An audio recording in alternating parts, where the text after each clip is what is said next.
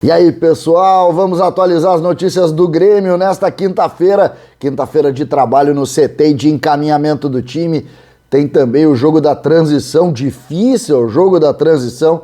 Tem alguns nomes que começam a surgir e que vão surgir do DM. Tem também sondagem por um jovem talento e, claro, pendurados e programação. César Cidade Dias falando de Grêmio aqui no YouTube, papo de gremista para gremista. Tem também, acabei esquecendo, tem os pendurados, né? O Grêmio tem um time de jogador pendurado para essa época que a gente precisa de todo mundo. Vamos começar com a programação da viagem. O Grêmio viaja no domingo, dia 24, às 18h30. Trabalha no domingo de tarde, concentra rapidamente e viaja. E eu vou na terça de manhã, o Grêmio volta a Porto Alegre, ambos os voos fretados. Eu montei uma série de situações aqui, mas eu vou começar também com o jogo da transição. O Grêmio perdeu hoje a primeira partida da final do Campeonato Brasileiro de Aspirantes para a equipe do Ceará, 2-1. Mas o destaque vai para o último lance do jogo. O Grêmio perdia por 2-0, teve dificuldades defensivas, acabou enfrentando uma equipe muito bem organizada que já venceu o Grêmio, mas aí brilhou Pedro Lucas e Elias. Elias escorou, Pedro Lucas conseguiu descontar e o Grêmio vem com uma vitória simples, conseguir chegar aos pênaltis ou 2 gols e o título quarta-feira em Porto Alegre. Não se sabe ainda, em princípio, em Eldorado, mas o jogo pode ser realizado inclusive na Arena, o que seria muito legal da gente poder acompanhar os meninos da transição, sobretudo as figuras de Vini Paulista, de Elias, de Pedro Lucas e os jogadores que estão aí, Bitelo, Varela, que estão jogando um bom jogo. Gosto também do lateral esquerdo, Thiago Rosa, que fez uma boa partida, acabou perdendo um gol no finalzinho do primeiro tempo, mas está aí mostrando, evoluindo o Grêmio, que precisa muito de lateral esquerdo para a próxima temporada.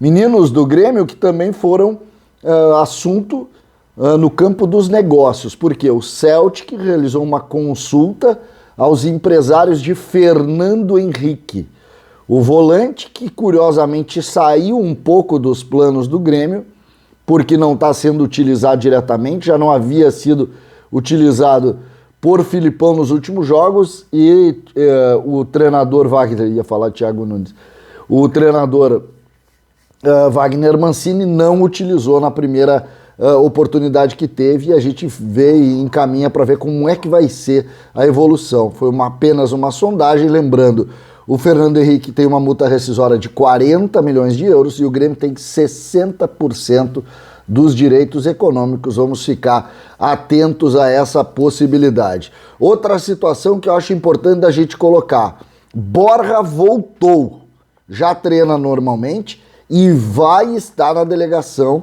lá no enfrentamento do Grêmio contra o Atlético Goianiense na próxima segunda.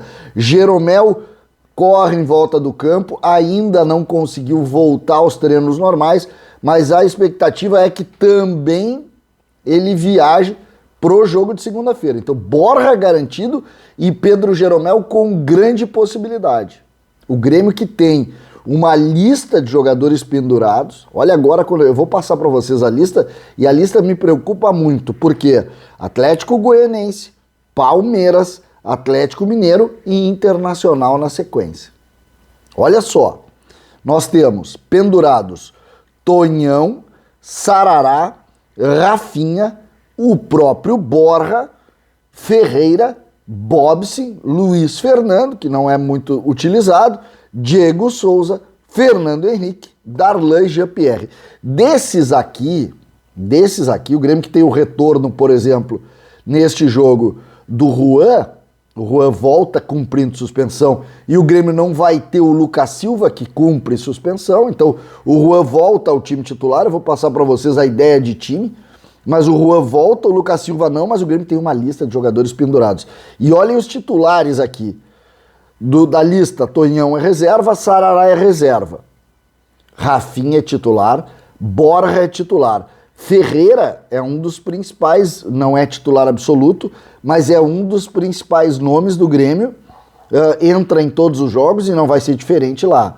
Bobson, Luiz Fernando, não estão sendo utilizados, não preocupam tanto assim como o Fernando Henrique. Agora, Diego Souza também está jogando todas as partidas e Jean-Pierre voltou a ser o titular, e você vai ver quando eu falar a escalação do time que começou o trabalho. Então tem muitos jogadores importantes aqui nessa lista e muitos jogadores que não podem simplesmente sair totalmente. Ele não pode perder 3 desses, por exemplo. Não pode. Imagina se o Grêmio perde Jean-Pierre, perde Borja, perde Rafinha. Ou perde Borja e Ferreira. Fica complicado. Fica complicado. Então é preciso ter atenção nisso, já saudando aí o retorno do Juan. Vamos lá, a ideia de time que começa o trabalho. Ficou evidente, eu falei isso para vocês já no vídeo pós-jogo e na forma como conduz. E eu conversei ontem com o Denis Abraão sobre isso, e o Denis Abraão também deu um indicativo de uma sequência na ideia de time colocada pelo Wagner Mancini. Olha só, Breno, goleiro titular, Wanderson, lateral titular, Juan volta, treinando como titular, já que Jeromel não vai conseguir jogar. Walter Kahneman joga. Ele que saiu no intervalo, sentindo, joga Walter Kahneman. Então, a zaga com Rafinha na lateral esquerda. Confirmadíssimo isso. Breno, Wanderson, Juan, o Walter Kahneman e o Rafinha. Experiência e juventude. Experiência e juventude. Né? Lembrando que o Paulo Miranda foi o titular pela direita, Juan chega e joga. Importante dizer isso. Chega Juan e joga, mesmo que para muitos seja a hora dos cascudos. No meio-campo, também confirmadíssimo, Thiago Santos é o primeiro volante, vijaçante, que merece um capítulo à parte, porque está sendo elogiado por todos pela dedicação, pela liderança, pela forma como está encarando tudo. Tem também centralizado Jean-Pierre, que voltou, recuperou a confiança e vai receber mais uma vez o abraço de todos os gremistas.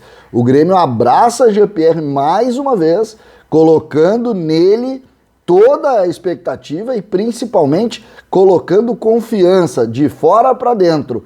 O Grêmio abraça isso para tentar fazer de Jean-Pierre um jogador que vá contribuir muito dentro do campo. No ataque, mais uma vez, Douglas Costa, o homem pela direita, Borja centralizado e Alisson é o homem pela esquerda. Ferreira vira reserva e opção. Vai se dizer, pô, Ferreira tem que jogar. A ideia é que Ferreira seja uma opção para mudar um jogo, colocando individualidade, 1 contra 1, em cima do lado esquerdo, saindo dali o Alisson ou o Douglas Costa, se não tiver muita condição, o Alisson indo para a direita. Essa é a primeira ideia de time e mais do que isso, já com sequência. Portanto, comecem a se acostumar com essa escalação, claro que uma ou outra defecção, em caso de lesão, em caso de suspensão, mas a ideia de time, 4-2-3-1, com toda a moral, para Jean-Pierre centralizado. Vamos torcer que Wagner Mancini encontre o time e o Grêmio saia. A vitória lá é importante, porque depois do jogo contra o Atlético Goianiense é Palmeiras, é Atlético Mineiro e é Internacional. Um em cima do outro. E aí tem que ter força, porque vai ser complicado. Então que a gente faça a vitória para respirar um pouco e para a gente jogar com um pouco mais de tranquilidade os outros jogos. César Cidade Dias, falando de Grêmio aqui no YouTube. A gente volta a qualquer momento.